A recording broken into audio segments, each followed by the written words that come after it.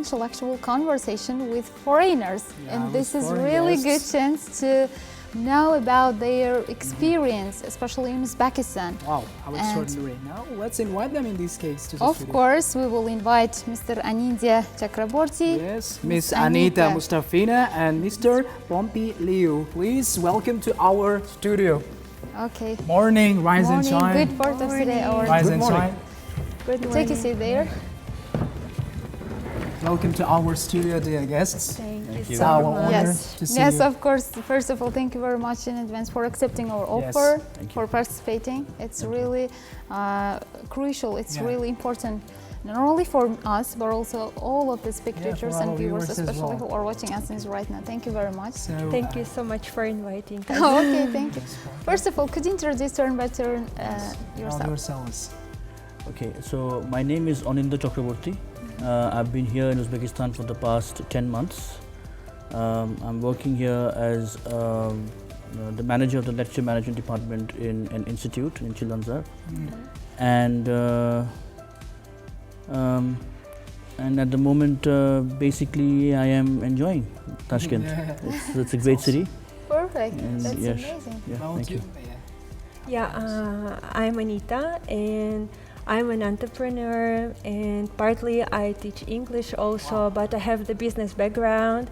I worked for the top 3 leader of the office furniture, and I developed their business in the CIS area with a global team, with the big corporations, and right now I'm uploading my platform. And I'm using the knowledge which I got from the worldwide certificate in teaching English, and I upgraded the methodology, the knowledge in methodology at Harvard and Stanford also, and University of Pennsylvania. So I'm using all this knowledge to upload the platform in a very good way, according to the methodology, and like I work online, so yeah. Perfect. You make a post or some kind of video about your experience as well on the platforms? No, it's like the educational platform where I use the methodology which I learned and the techniques which I learned, and I combine them in a very good system so people could learn English in a faster, in a funny way through the games. And the games are like, I use the gamification over there, and after that I think that when the platform is going to be ready, I'm using the freelancers right now to help me, but when the platform is going to be ready, of course I'm going to hire another teachers so they can teach through this platform and through these methodologies. Wow, brilliant. Amazing. Thank you so much. Mister, how about you? My name is Pompi Liu. I'm from Romania. I'm civil engineer, and I'm here in Uzbekistan for a contract for some roads. And what should I say more about me or about my? During our conversation, we will ask. We will talk. We'll have a awesome conversation. Yes. So let's ask another question. So, Mister, you are from Nepal, right? Oh, no. I'm from Bangladesh. Oh, I'm so sorry. Yeah, from Bangladesh. And could you please talk? How was your first impression while after visiting to Uzbekistan? Well, I think when I applied for the post of lecture manager in MDIS, in Management Development Institute of Singapore, which is a very renowned institute here in Tashkent.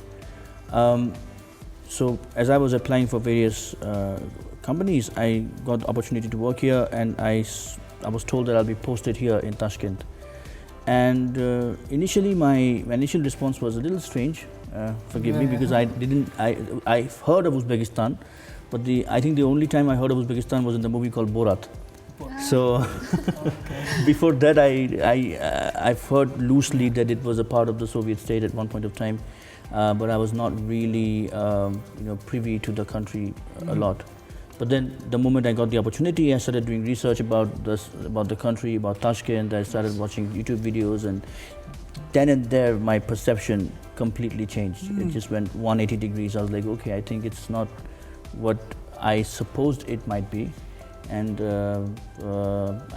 I think it's a good opportunity for me to work here. Started appreciating. And then I started to prepare, and then finally when I was here, well, I was here at a time when the temperature was -21. So I had a pretty, my first experience itself was probably one of my my premier experience of experiencing harsh winters, which I never did in my life before. Yes. So I kind of had a very sort of a exciting experience, I would say, from the beginning till now. And I think Tashkent is a great city. I think Tashkent has a great potential to become one of the probably popular cities in the world. So I'm really hoping that I can have a great future here as well. Thank you. Thank you. Thanks a lot.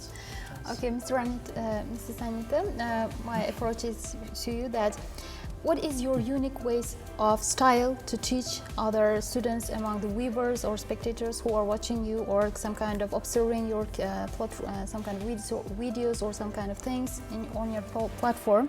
And generally, can you share with us your teaching philosophy, and how does your position encourage and foster entrepreneurial thinking or high developmental skills among your viewers or some kind of students with the needs of industry?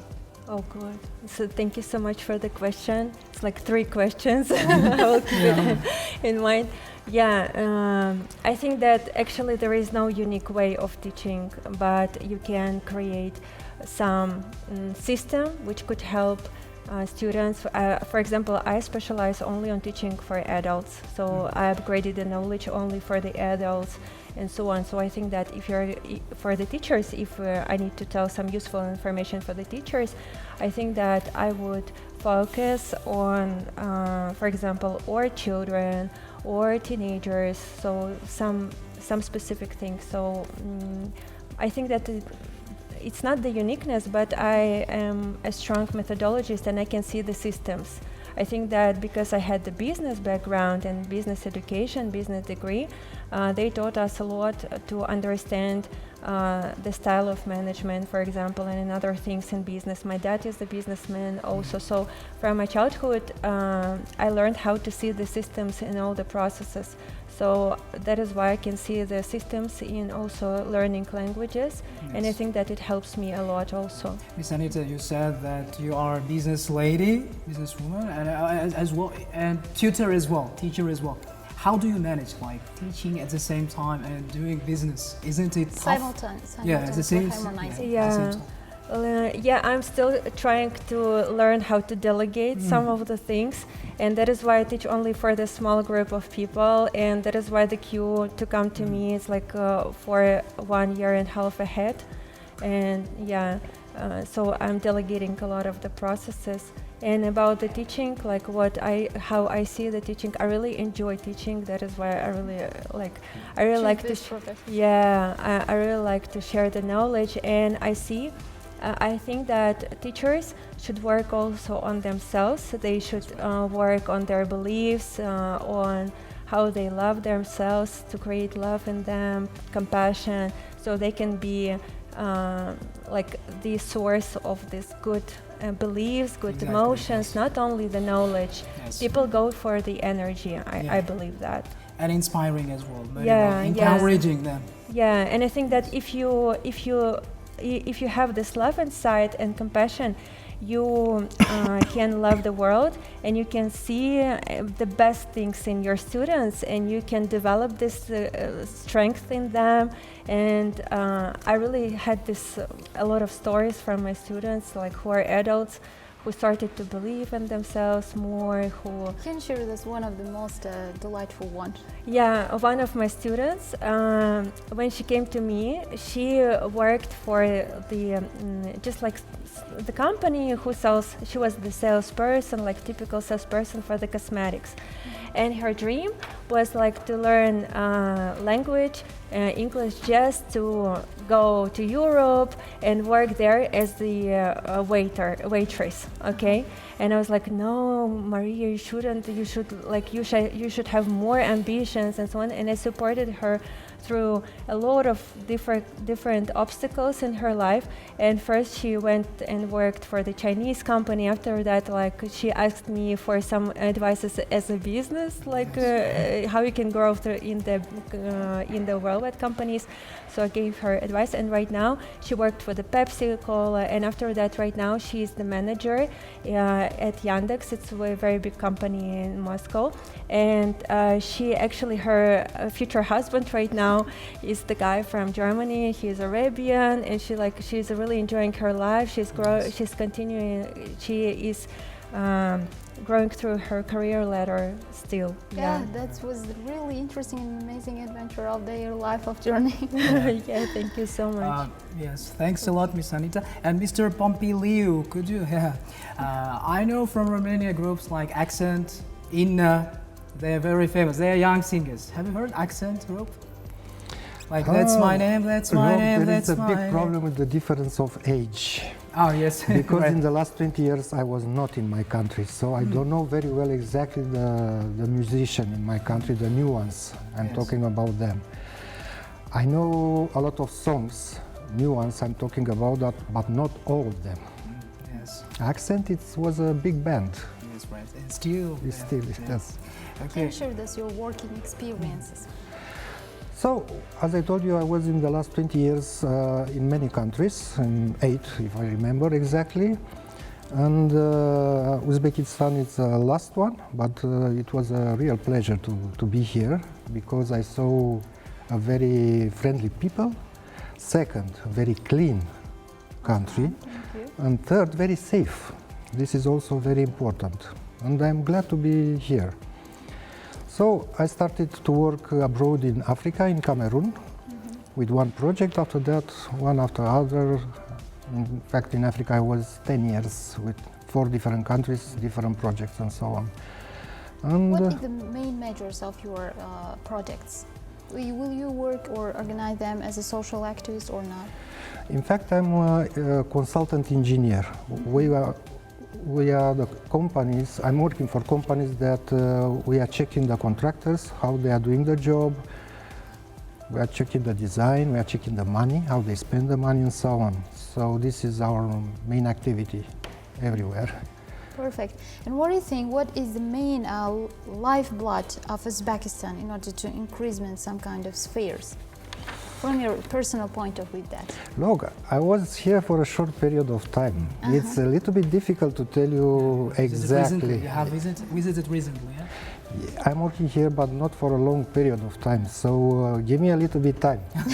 Let's discuss after, please. Okay. And also, Mr. Pompiliu, you have worked in many places, right?